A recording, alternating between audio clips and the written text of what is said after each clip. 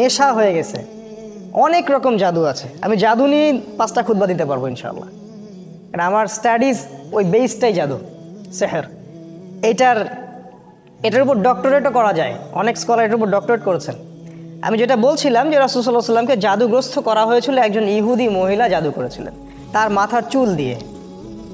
তার চিরুনি থেকে মাথার চুল কোনোভাবে সে চুরি করেছিল বা কোনোভাবে ম্যানেজ করেছিল, করে সেখানে সে কুফুরি কালাম এবং মন্ত্রতন্ত্র পড়ে ফু দিয়েছিল।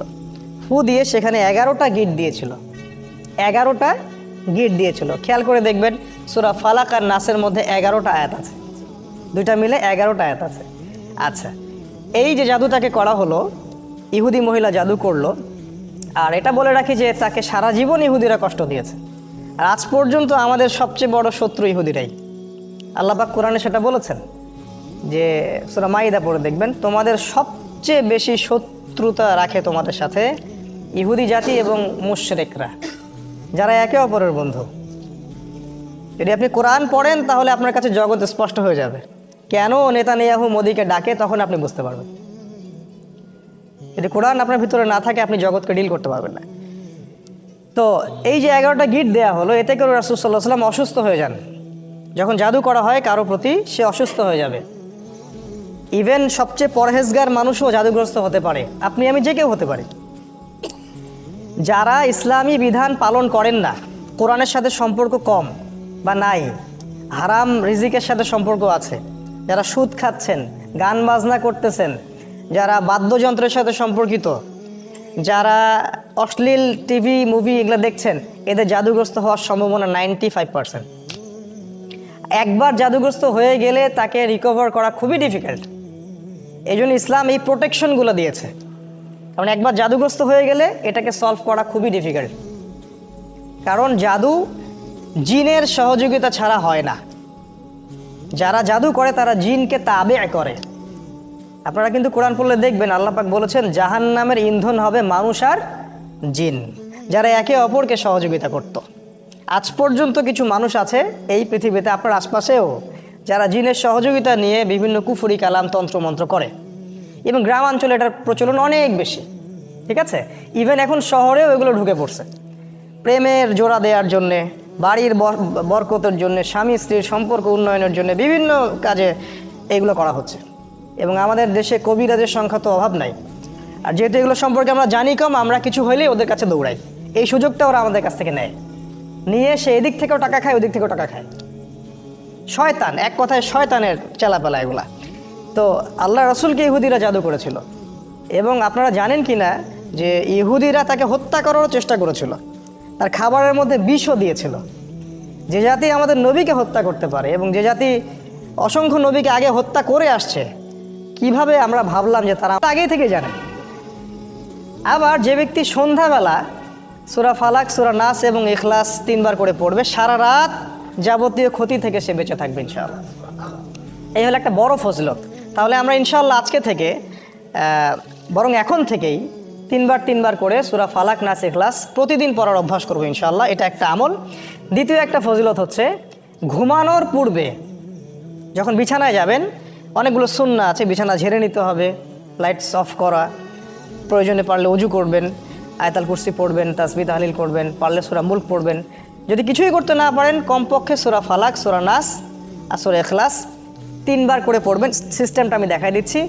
যে প্রথমে হাত সামনে নিয়ে বিসমিল্লাহির রহমানির রহিম পড়ে সূরাতুল ইখলাস, আবার বিসমিল্লাহ বলে সূরাতুল ফালাক, আবার বিসমিল্লাহ বলে সূরাতুল নাস, একবার করে পড়লেন। পড়ে এভাবে ফু দিবেন, দিয়ে মাথা থেকে নিয়ে যতদূর পর্যন্ত পারেন এভাবে মাসেহ করবেন একবার, তারপরে আবার একবার, তারপরে আবার একবার, মোট 3বার। 3বার কেন, এটা আমি এখন এসে বুঝতে পারছি কেন 3বার, স্টুডেন্ট লাইফে বুঝতে পারি নাই। আসলে কোরআন এবং সুন্নাহর এত জ্ঞানের সমুদ্র, যেখানে আমরা হাবুডুবু খাচ্ছি, আসলে কোনো কুলকিনারাও খুঁজে পাচ্ছি না যে আসলে কি সলিউশন দিব। তাই যতই জানি ততই মনে হয় যে আমি কিছুই জানি না। একটা হাদিস সেদিন আমরা জানলাম, সেটা হলো যখন মানুষ ঘুমায় তখন শয়তান চলে আসে কাছে, মানে সবার সাথে একটা করে শয়তান আছে, ওই শয়তান চলে আসে। ওর নাম হচ্ছে কারিন, ওর নাম হচ্ছে কারিন, যেটা কোরআনে আছে। সে এসে এই যে আমাদের গর্দান আছে, এই গর্দানের মধ্যে 3টা গিট দেয়। 3টা গিট দেয় এবং প্রতিটা গিটের সাথে সে বলে তোমার সামনে দীর্ঘ রাত, তুমি ঘুমাও, তোমার সামনে দীর্ঘ রাত, তুমি ঘুমাও, তোমার সামনে দীর্ঘ রাত, তুমি ঘুমাও, আরামে ঘুমাও। রাসূল সাল্লাল্লাহু আলাইহি ওয়াসাল্লাম বলছেন যখন বান্দা যদি ফজরের আজান শুনে উঠে যায় তাহলে একটা গিট খুলে যায়, যদি সে ওযু করে তাহলে আরও একটা গিট খুলে যায়, আর যদি সে জামায়াতে এসে সালাত আদায় করে তাহলে 3টা গিটই খুলে যায়। আর যদি এই 3টা কাজ আমরা না করি, সকাল 8টা 9টা 10টায় উঠি, তাহলে 3টা গিট নিয়েই সকাল করবে সে। তাহলে চিন্তা করেন তার সারাদিনটা কেমন যাবে। আর হয়তো এই কারণেই রাসূল সাল্লাল্লাহু আলাইহি ওয়াসাল্লাম 3বার করে মাসাহ করেছেন, যাতে করে শয়তানের প্রভাবটা কম হয়। এটা একটা রিজন, এটা একটা ফজিলত। আর আমি যেই কথাগুলো বলছি, এই যে ফু দিয়ে মাসাহ করা, আবার গিটের কথা, আমাদের মডার্ন সো কল্ড এই যে ওয়েস্টার্ন সিভিলাইজেশন এবং সায়েন্স এগুলোকে অস্বীকার করে, এবং এই কথাগুলো আমাদের স্কুল কলেজের প্রফেসররা শুনলে হাসবে। আপনারা ডিসাইড করবেন যে আপনারা কোরআনকে ফলো করবেন নাকি ওয়ান আইড পিপলদেরকে ফলো করবেন। চোখের বদনজর সত্য, এর দলিল সূরা কাহফের মধ্যে আছে। যদি কারো কিছু ভালো লাগে তখন বলতে হবে মাশাআল্লাহ, খুব সুন্দর, সুবহানাল্লাহ, চমৎকার, আলহামদুলিল্লাহ, আল্লাহ পাক দিয়েছেন। এই কথাগুলো প্র্যাকটিস করবেন, এই সংস্কৃতিগুলো আপনাকে চোখ লাগা থেকে বাঁচাবে। এগুলো তো আমাদের স্কুল কলেজ বিশ্ববিদ্যালয়ে শেখানো হয় না। চোখ লাগাবার কি জিনিস, ওরা বলবে এটা ব্যাকডেটেড মানুষের কাজ, এটা কুসংস্কার, এটা হচ্ছে গোড়া মুসলিমদের কথা। তো রাস্তায় যে মেয়েরা ঘোরে এরা চোখ লাগা, এদের পিছনে চোখ লাগছে মানুষের। আর একবার চোখ লাগলে খুব সমস্যা আছে। একবার একজন সাহাবী গোসল করছিলেন, আর একজন সাহাবী তাকে দেখে বলছেন যে বাহ, তোমার স্কিনটা তো অনেক সুন্দর, একদম মনে হচ্ছে যে কুমারী মেয়ের মতো স্কিন। সাথে সাথে ওই সাহাবী ওখানে বেহুশ হয়ে পড়ে গেলেন, একদম সাথে সাথে। এটা বুখারীর হাদিস। রাসূল সাল্লাল্লাহু আলাইহি ওয়াসাল্লাম ওই সাহাবীকে ডাকলেন, ডেকে বললেন যে তুমি কি তোমার ভাইকে মারতে চাও? তিনি বললেন আমি আবার কখন মারতে চাইলাম, আমি তো বললাম যে তার স্কিনটা অনেক সুন্দর, সে তো সুন্দর, আমি তো প্রশংসা করলাম। তখন তিনি বললেন যে কেন তুমি কল্যাণের বা বরকতের দোয়া করলা না? মাশাআল্লাহ ভাই, তোমার স্কিনটা অনেক সুন্দর, মাশাআল্লাহ, আলহামদুলিল্লাহ, বারাকাল্লাহ ফিক, এগুলো কেন বললা না? তখন ওই সাহাবীকে গোসল দেয়া হলো এবং ওই গোসলের পানি দিয়ে এই সাহাবীকে গোসল দেয়া হলো, তারপরে ইনি সুস্থ হলেন। তখন রাসূল বলেছেন ইন্নাল আইনাল হক, চোখের বদনজর সত্য। তো যাই হোক, এই হলো সূরা ফালাক নাসের কিছু ফজিলত, অনেক ফজিলত, এটা সব বলে শেষ করা যাবে না। এখন আমরা আসছি শুধুমাত্র এর শাব্দিক অর্থগুলো আপনাদেরকে একটু শেয়ার করে শেষ করবো ইনশাআল্লাহ। সূরা ফালাক আর নাস একসাথে আমি আগে অনুবাদ করে দিচ্ছি আপনাকে। বিসমিল্লাহির রহমানির রহিম। আল্লাহ পাক বলেছেন কুল, সবাই আমি জানি মুখস্থ আছে। কুল মানে হচ্ছে বলুন। আউযু, আউযু মানে আমি আশ্রয় প্রার্থনা করছি। আউযু মানে আমি আশ্রয় প্রার্থনা করছি। আর নাউযু মানে আমরা আশ্রয় প্রার্থনা করছি। যখন আপনি বলেন আউযু বিল্লাহ, এটা এক বচনে, আর যদি বলেন নাউযু বিল্লাহ, এটা বহু বচনে। ঠিক আছে, ভালো কথা।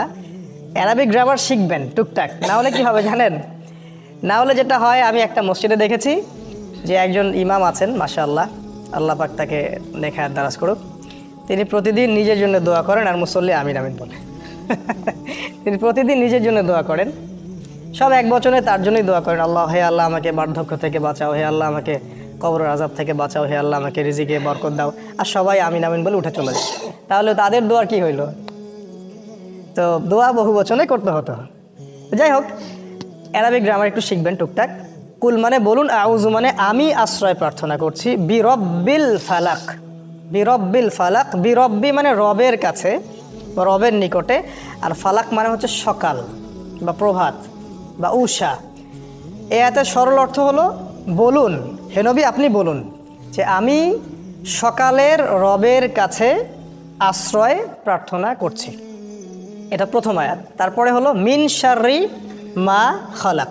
মিন মানে হতে, আর শার মানে হচ্ছে ক্ষতি।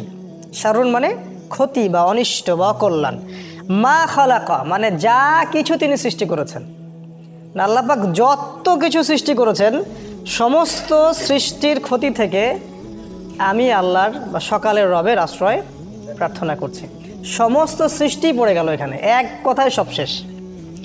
আর আল্লাহ নিজে এবং তার কালাম কোরআন, আল্লাহ নিজে এবং তার কালাম কোরআন বাদ দিয়ে সবই তো তার সৃষ্টি। আল্লাহ নিজে এবং তার কালাম কোরআন বাদ দিয়ে সব কিছুই তার সৃষ্টি। তো এই সমস্ত সৃষ্টির কোনো না কোনো অকল্যাণও আছে।